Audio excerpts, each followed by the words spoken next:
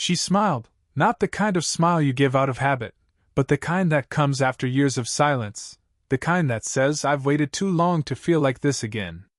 It started with something as simple as a smile, the kind that didn't belong to small talk or polite greetings. It carried warmth, a quiet tremor, like it had been waiting years to surface. I hadn't seen Claire in a while. She was Daniel's mom, always kind, always graceful, but tonight she seemed different. It was a Friday evening, the kind that hums with the faint buzz of summer. Daniel had invited a few of us over, casual, nothing big, and I arrived a little later than most.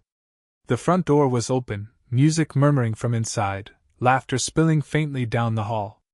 And there she was in the kitchen, arranging glasses under the soft, amber light above the counter.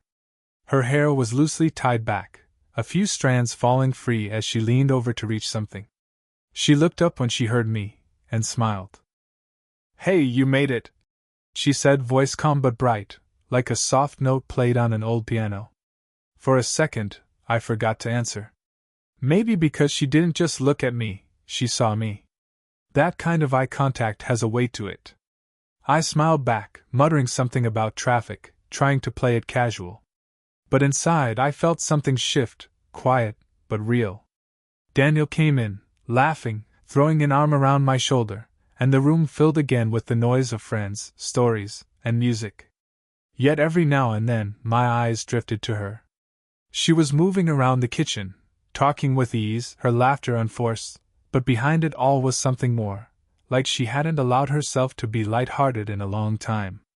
Later, when things settled down, I found myself beside her again, both of us picking up after the mess of empty glasses and crumbs. She thanked me for helping, her tone simple, but her eyes lingered on mine a heartbeat too long. "You've grown up," she said, a small, teasing smile at the corner of her lips. I laughed, not sure what to say. "I guess time doesn't wait for anyone." "No," she murmured, looking down for a moment. "It doesn't." The silence that followed wasn't awkward, it was full, like a pause that meant something. When I left later that night, I turned back as I reached the gate. Through the living room window, I saw her standing near the curtain, holding a cup of tea, watching the night quietly. The light traced her face, and for a moment, I saw that same smile again, faint, wistful, almost secret. I didn't know what it meant then. But I knew one thing, it wasn't just a smile. It was the beginning of something neither of us had planned, something that felt both gentle and dangerous at the same time. A few days passed before I saw Claire again.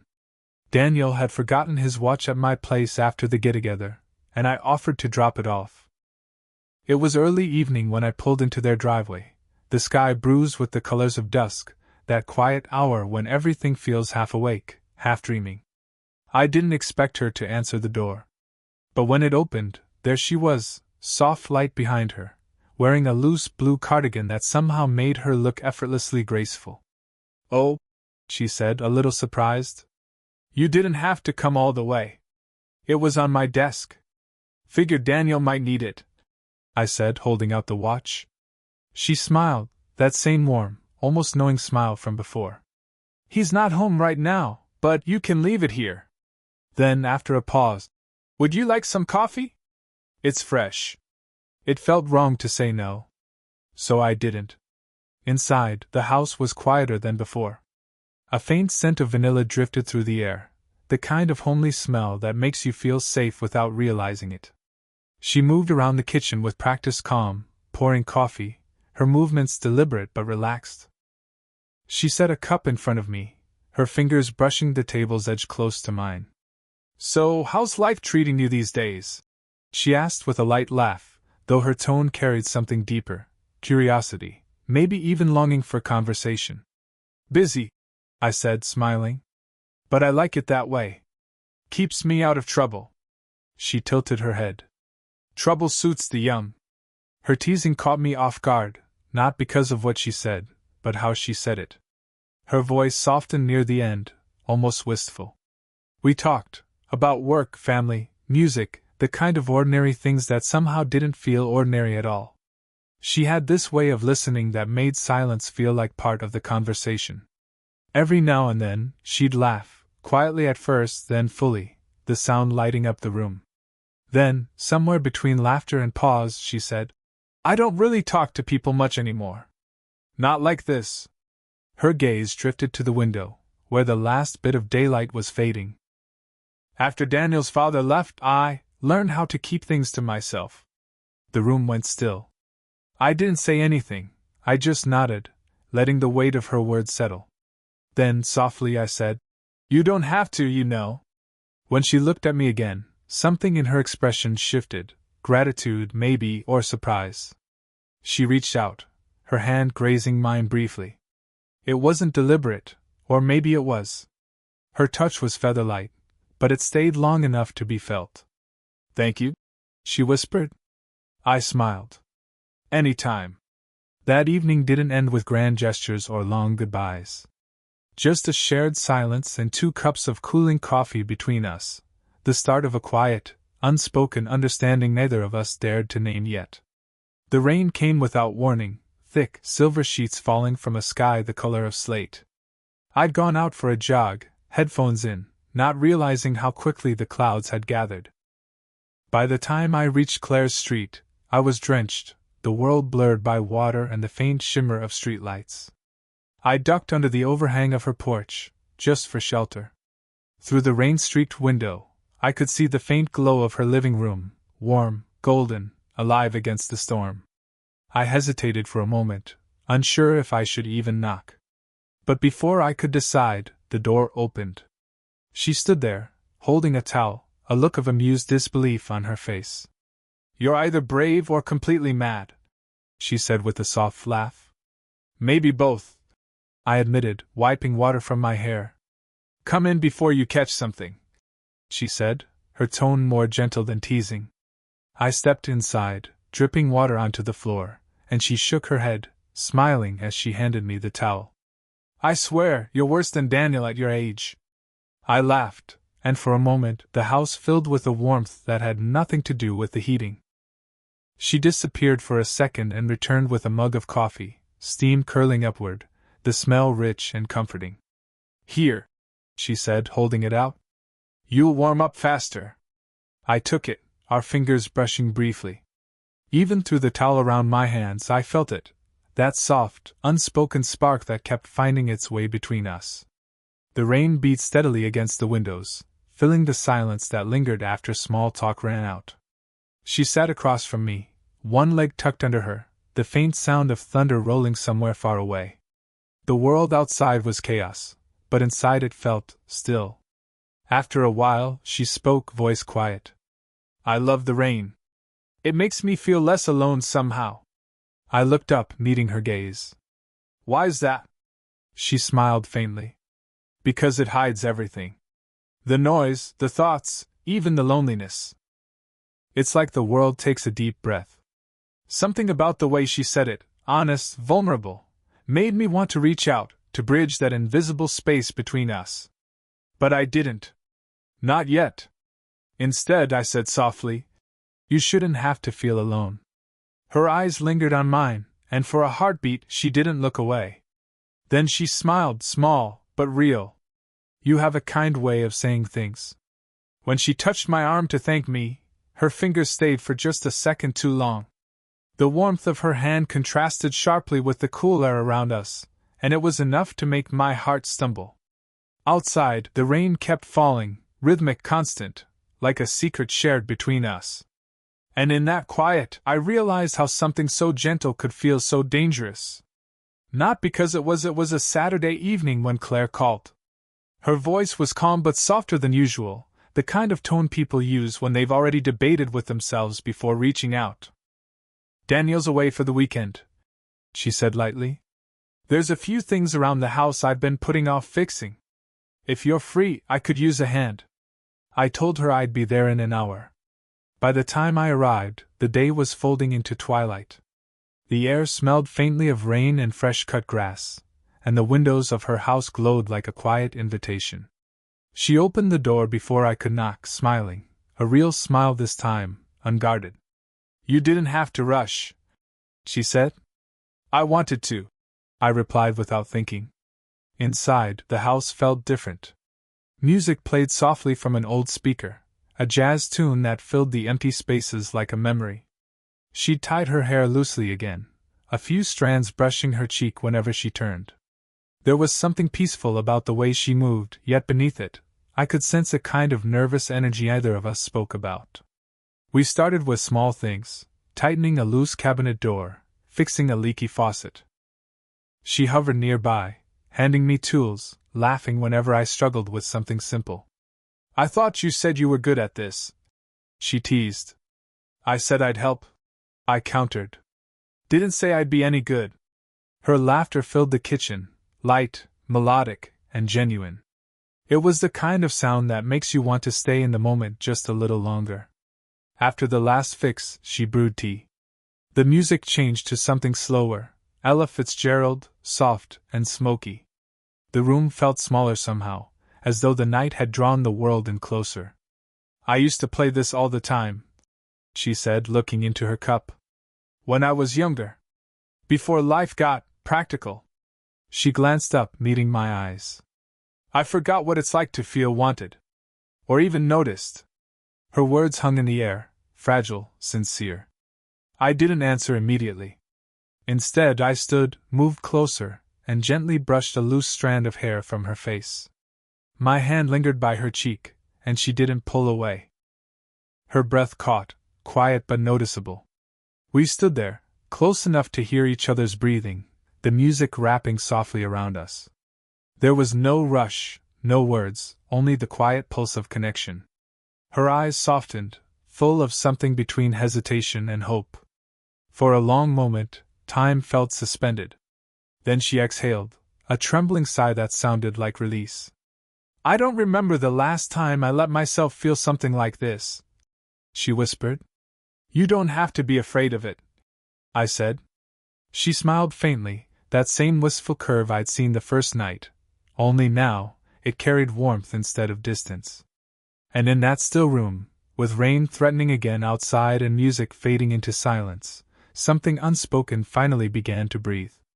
The morning light crept gently through the curtains, painting soft gold across the living room. The faint hum of the city outside reminded me that the world hadn't stopped, even if it felt like it had. Claire was already awake. She stood by the kitchen counter, pouring coffee, her back turned toward me. She wore a loose white shirt, sleeves rolled up, her hair still slightly tangled from sleep. It wasn't the image of perfection, it was real, unguarded. "Morning," I said quietly. She looked over her shoulder and smiled, but it didn't quite reach her eyes. "You're up early." "I couldn't really sleep," I admitted. She handed me a mug. Our fingers brushed briefly, a touch that once felt like discovery, but now carried the weight of unspoken questions.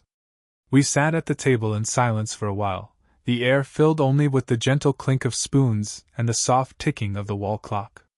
There was no tension, not exactly. Just awareness. The kind that lives between people who know something has shifted but haven't found the words for it yet. Eventually, she spoke. "I shouldn't have let things get." She stopped mid-sentence, eyes fixed on her coffee. "I don't want to be someone's mistake." Her voice cracked slightly on the last word, and that broke something in me. "Claire," I said softly, setting my cup down. "You could never be a mistake." She met my eyes then, searching for something, maybe reassurance, maybe honesty. "You say that now. But you're young. You have time ahead of you, things you'll want that I can't give." Her words weren't cold, they were protective, as if she was trying to shield me from her own vulnerability. "I'm not here because of what you can give," I said quietly. "I'm here because of how it feels to just be with you." For a moment, she didn't move. Then, slowly, her shoulders softened, and she let out a quiet sigh. "You make it sound so simple." "Maybe it is," I said. "Or maybe we're just scared it's not supposed to be." The faintest smile touched her lips, but her eyes glistened. She turned slightly away, blinking back the emotion gathering there. I reached out, gently resting my hand over hers. Her skin was warm, trembling slightly under my touch. Neither of us spoke for a long time. The morning carried on around us, Sunlight stretching across the table, birds outside calling to one another, life moving forward as if to remind us that time wouldn't wait. Finally, she whispered, "I don't know where this leads." "Then we'll find out," I said. "One step at a time." She looked at me again, this time with something like peace in her eyes, fragile, but real. As I left later that day, I glanced back once more. She stood at the doorway, coffee cup in hand, watching quietly. The weight of morning still hung between us, heavy, but somehow full of hope. Weeks passed. What had once been easy between us turned into distance, not coldness, but space filled with unspoken questions. I tried to tell myself it was for the best. Maybe she needed time. Maybe we both did. Still, there wasn't a day that I didn't think about her, the way her eyes softened when she laughed, or the quiet steadiness of her voice when she spoke about things that mattered. Then, one evening, I found an envelope tucked under my apartment door. My name, written in neat, familiar handwriting. No return address, no message on the front, just my name. Inside was a single folded sheet of paper. Her handwriting again, careful, elegant, a little unsure in places. "I wasn't going to send this," it began. "I'm not sure I even should. But you deserve to know what you've done, not in a bad way, but in a way that's hard to explain." I sat down, reading slowly, each line carving deeper than the one before. "When you first walked in that night, I saw someone who reminded me of everything I thought I'd lost. Laughter, warmth, the feeling of being noticed. You didn't try to fix me, you just saw me. And that changed something I didn't think could change anymore. I haven't felt alive in years. I'd forgotten how it feels to smile without pretending, to wake up with something small to look forward to. You brought that back. And it scares me, because I don't know if I'm allowed to feel this way again." The letter trembled slightly in my hands as I reached the last lines. Maybe what I'm trying to say is thank you, for reminding me I'm still here. Even if this is all it ever is, I'll remember it as something good. Something that mattered. No signature. No closure. Just that. I sat there for a long time, the quiet of my apartment pressing around me. Outside, the sky was fading into evening, that soft, forgiving hour where everything feels possible. I knew I couldn't let it end with a letter she hadn't meant to send. I drove to her house as the sun dipped low. She was sitting on the porch, a blanket around her shoulders, a cup of tea in her hands. When she saw me step out of the car, she didn't look surprised, only calm, like she had expected me eventually. "You got it," she said softly. "I did," I answered, walking up the steps. "Did you mean it?" Her eyes lifted to mine, steady, open. "Every word." I sat beside her, close enough to feel the warmth of her shoulder against mine. For a long while, we just watched the sunset bleed into the horizon, the silence between us no longer heavy, just full. Then, slowly, she reached for my hand. This time, she didn't hesitate. And I didn't let go. In that quiet moment, nothing needed to be explained. The letter had said everything already. The days that followed felt different, not because something grand had changed, but because the silence between us finally felt peaceful. The weight that once lingered in every pause was gone. What remained was something quieter, simpler, the kind of connection that doesn't need constant words to prove it exists. One Sunday afternoon, I visited Claire again. The rain had stopped earlier, leaving the air cool and fragrant with wet earth and jasmine. The garden behind her house glistened with droplets, every leaf catching the last bits of sunlight. She was there, tending to the flowers with her sleeves rolled up, a faint smile on her face as she hummed along to a tune only she could hear. When she noticed me, she straightened, brushing her hands on her jeans. "You're early," she said, but her smile gave her away. She was glad I came. "I figured I'd help," I said. "You've done all the hard work already." "You call this hard work?" she teased, handing me a small watering can. "Try patience. Plants teach you that." We worked side by side for a while, not saying much. The air felt alive, the hum of distant birds, the rustle of the breeze, the gentle rhythm of water splashing onto petals. Every so often, she glanced my way, her expression soft, content.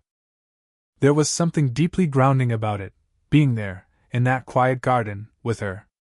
When we finished, we sat on the old wooden bench near the porch. The sunlight had turned golden again, stretching long across the yard. She leaned back, exhaling softly, her shoulders relaxing. "I used to sit out here a lot," she said, her voice thoughtful. "But I stopped after a while. Everything started feeling still. Empty." I turned toward her. "And now?" She looked at me then, eyes catching the last glint of sunlight. "Now it feels alive again." There was no tension this time, no fear of what came next. Just honesty, clean and simple. I reached out, brushing my thumb lightly across her hand. She turned her palm upward, threading her fingers through mine, her touch steady and sure. After a while, she leaned her head against my shoulder. The scent of her hair, soft and faintly floral, mixed with the damp air. The world around us seemed to fade into a comfortable quiet. "I've waited too long to feel like this again," she said, barely above a whisper. I looked down at her, smiling softly. "Then let's not waste a single day." She closed her eyes, a faint smile tracing her lips. And in that moment I realized this was it, not a fleeting spark or a borrowed dream, but something real, steady, earned through time and honesty. As the sun dipped below the trees, we sat there, fingers intertwined, saying nothing at all. We didn't need to. The silence between us wasn't empty anymore, it was full of everything we hadn't known how to say. Sometimes, love doesn't arrive with thunder. It comes softly, like sunlight after rain, or a smile that says, "I'm home."